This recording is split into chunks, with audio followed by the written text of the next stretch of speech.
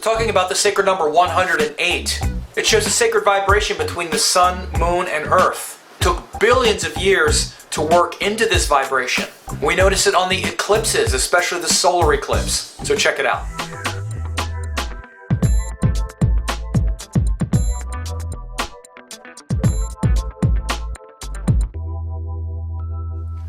Hey, it's Sam, and I wanted to talk today about the phenomena of a solar eclipse and something that you maybe take for granted. It's very easy to not understand or remember the absolute miracle of the universe that we inhabit. And nothing is more overlooked, or the sort of everyday overlooked miracle, to me at least, than the phenomena of the sun and the moon and the earth and their relationship to each other. Some of you who have seen my videos for years know that I talk about this sacred vibration about the sun, moon, and earth, and the number 108.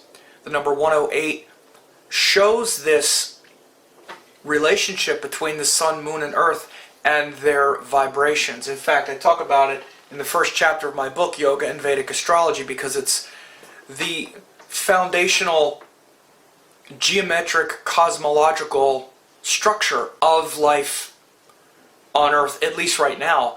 And when I say life on Earth, I mean this moment in time when human beings have incarnated with intelligence in order to work through their karma. That's what I mean by life on Earth. I don't even mean life on Earth from a few million years ago. I actually mean life on Earth for the last couple 100,000 years. You're probably wondering, well, why are you saying that? Here's why. Because the reason we have a solar eclipse is because the orbits of the sun, moon, and earth line up in the same plane in three-dimensional space. Usually when we have new moons and full moons, due to the obliquity of the ecliptic, they're not lined up in the exact same plane. The plane is off just a little bit, sort of like this. But a couple times a year, they line up exactly right on the exact same plane. So when the moon moves between the earth and the sun, or the sun moves between the earth moves between the sun and the moon, we have eclipses, meaning that there's a shadow cast. Now, in particular, the solar eclipse is a remarkable phenomena, because when we have a solar eclipse, we notice something. We notice that the moon and the sun, from our vantage point here on Earth, look exactly the same size. One fits perfectly inside the disk of the other. This is why I say this is like the everyday overlooked miracle. Have you ever thought about that? About what the chances are that this object, this big ball of fire in the sky, and this little rock circling the earth, from our vantage point, are relatively the same size in the sky to us. Of course, they're not the same size, but relative to where we are, relative to where we're perceiving them, which again, everything in life is our perception. Relative to where we are perceiving them, which is from our vantage point on Earth, that little rock orbiting the Earth, called the moon, and that big ball of fire up there that's giving life to everything, that's the king of the whole solar system, look exactly the same. And of course, the way something looks shows its impact. Not always, but it shows a very important relationship that we have with it. When something is closer, we notice it more. When it's further away, we don't notice it as much. This is why we notice the sun and the moon so much, one of the reasons, and why we don't notice the other planets so much. In fact, they look indistinguishable from stars. But of course, when we get a big bright Venus in the sky, we notice it more, because it's closer and we're like, ah, look at that. The point is, this vibration, this phenomena of the moon and the sun being exactly the same size didn't just happen overnight. The moon is slipping out of its orbit, I believe it's about a ½ inch every year, getting further away from the Earth. And every 100,000 to 200,000 years, it actually moves one of its own diameters away from the Earth. So the reason that you can understand that they both look the same size is because if you were to make the mathematical equation, it's basically that the length between the Earth and the moon and the Earth and the sun equals the diameter of the body itself times 108. So there's roughly 108 suns between us and the sun, and roughly 108 moons between us and the moon.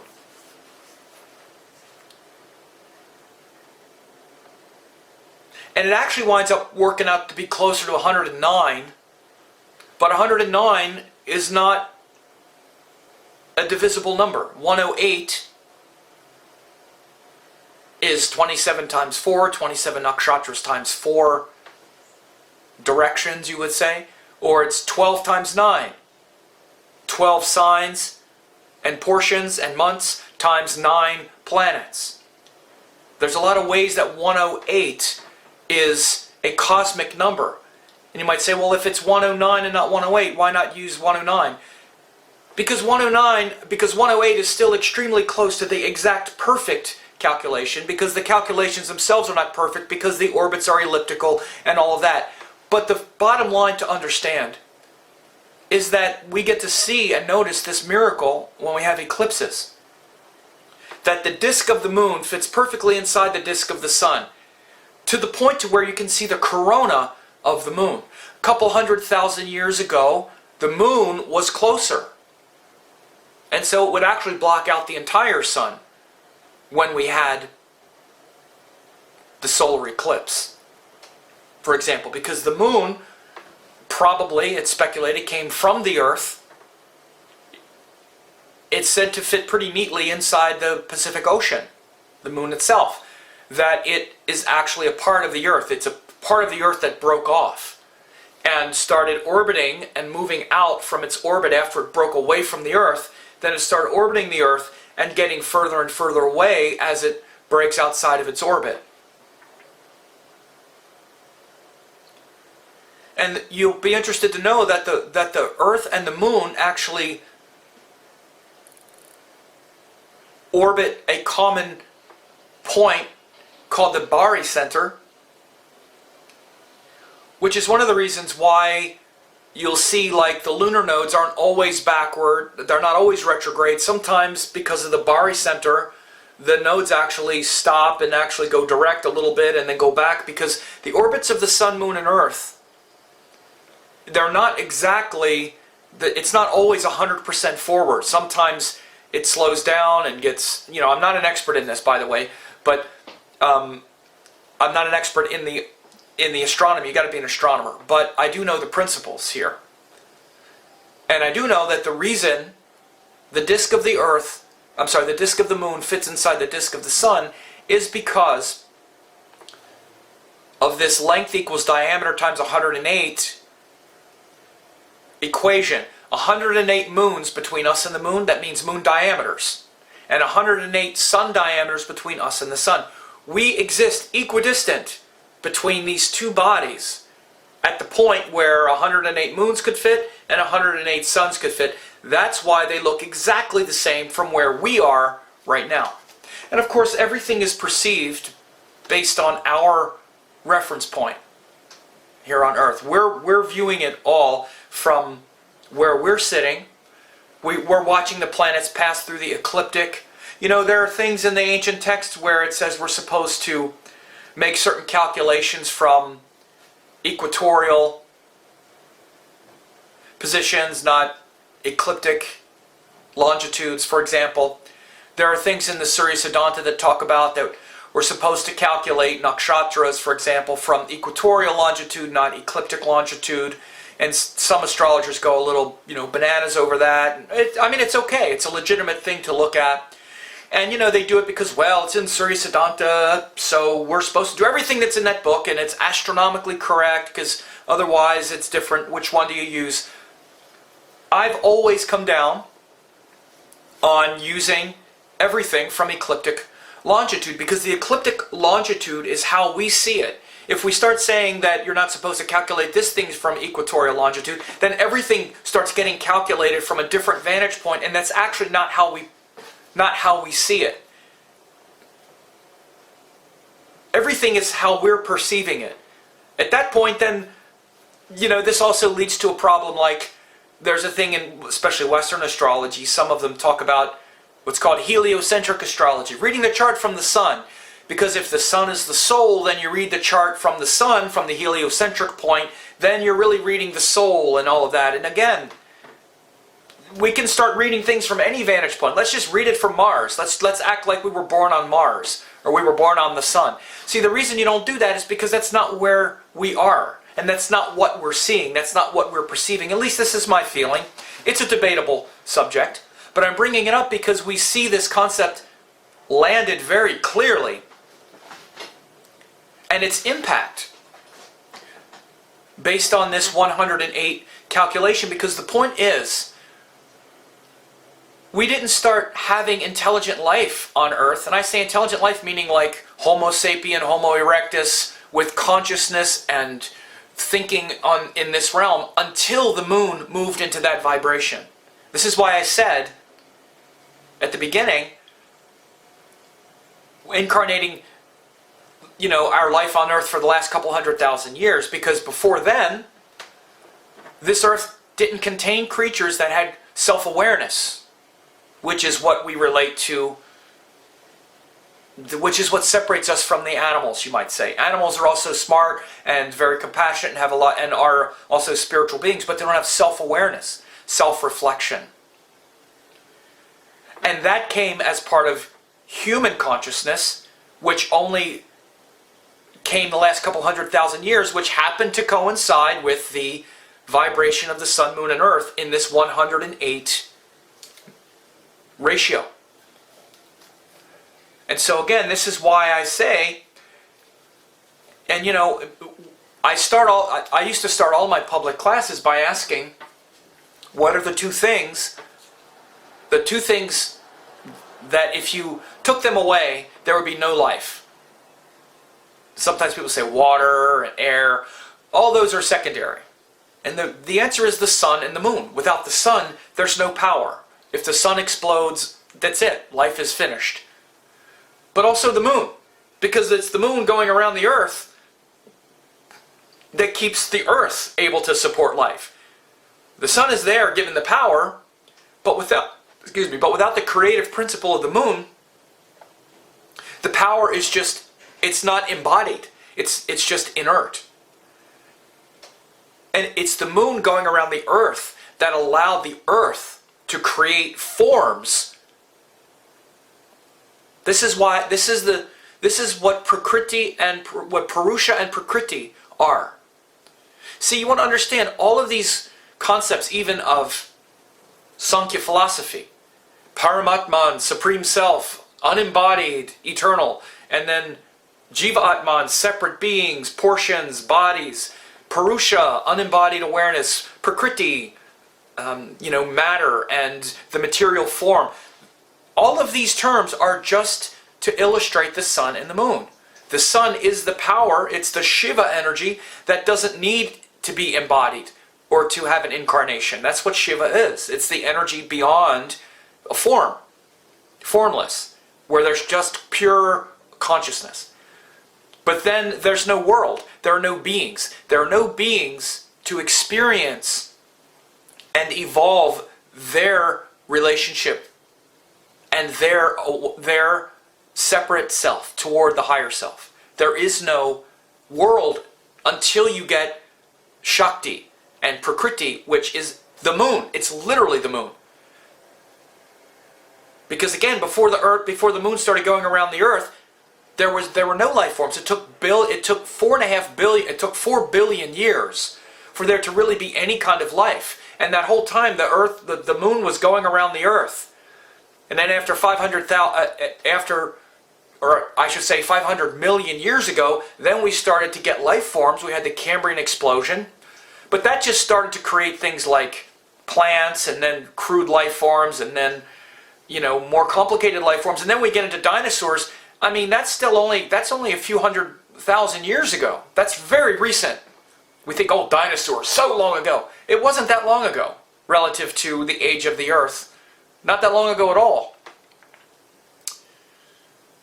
By that time, Shakti or Prakriti was creating life, but it was based on the Earth going around the Sun and the Moon going around the Earth. And then eventually, that vibration worked into a convergence that we have now, that you're living in now, where we're living on the Earth with intelligent beings of awareness, although we wonder sometimes, right? But we have consciousness because the Sun, Moon, and Earth have worked into this sacred vibration where it's not just the power coming down, but it's also the consciousness and the awareness to perceive. And again, not just perceive the world, but perceive the perceiver. Because dinosaurs and dogs and, salamanders, they can perceive the world. That's what they do, but they don't perceive themselves. They don't have self-awareness. That comes from the moon. That's why the moon is the mind and the reflection of consciousness, not just the instinctive reaction to being alive, which is basically what animals do on the reptile level. And then on the mammal level, it's not just an instinctive reaction to being alive, but it's also a suckling and a nurturing and a enjoyment and a playfulness and a desire for more. There's, because mammals have that sort of communal vibe as well. They're not just instinctive trying to survive. They're also suckling and nurturing and forming groups. They have emotions and, they're very passionate and they're very emotional. Mammals are. But they're not self-aware yet like humans. So this all coincided with the Sun, Moon, and Earth working into that sacred vibration that we see on the eclipses. That sacred vibration of 108. So notice this and try to notice this in your life somehow. The universe is deeply ordered. It's not chaotic at all. There is no chaos. If the universe was chaotic, you'd have all kinds of crazy things happen. People would just appear and disappear, and all kinds of weird appendages would be growing out of, everywhere. No, everything is so stable that it's almost boring. We're bored, which is crazy. We benefit from the genius and miracle of this incredible architecture and structure that took billions of years. And at the heart of it is this sacred relationship between the Sun, Moon, and Earth. From where we are on the Earth, the Sun and the Moon are exactly the same size. And all of the rhythms, our entire world is based on these rhythms. The Earth turning once is a day. Our entire body is timed to that day. The Moon going around the Earth once is what we call a month, which relates to fertility cycles, reproductive cycles, our mind getting reset over and over. This is why I always do these new moon and full moon forecasts, because the rhythms of your life are timed to that. And it's also timed to where there are about 12 of them, 12 of those lunar revolutions. Each time the Earth goes around the Sun once.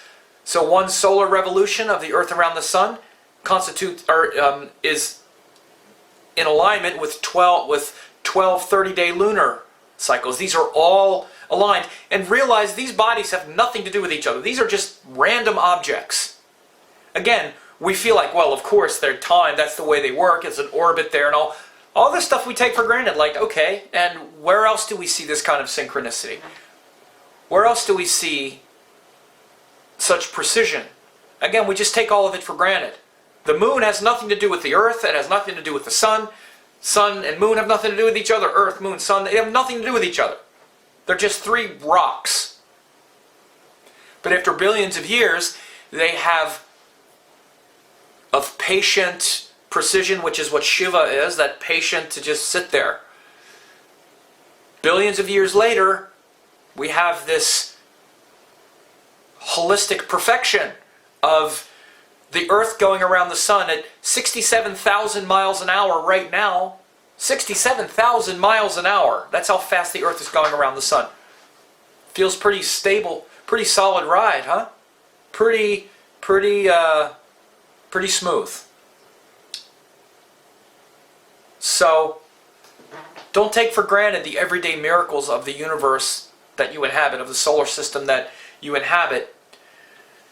And again, you can use this also to notice some very important astrological principles. As I said, this is why how things look and how they appear to us, whether, is extremely important. This is why, like, when the planet is brighter, like for instance when it's retrograde, it's bright.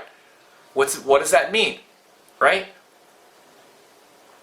Because that's the way it looks. It's going to have this quality in our consciousness. The size of the planets, their movement, how they rise and fall.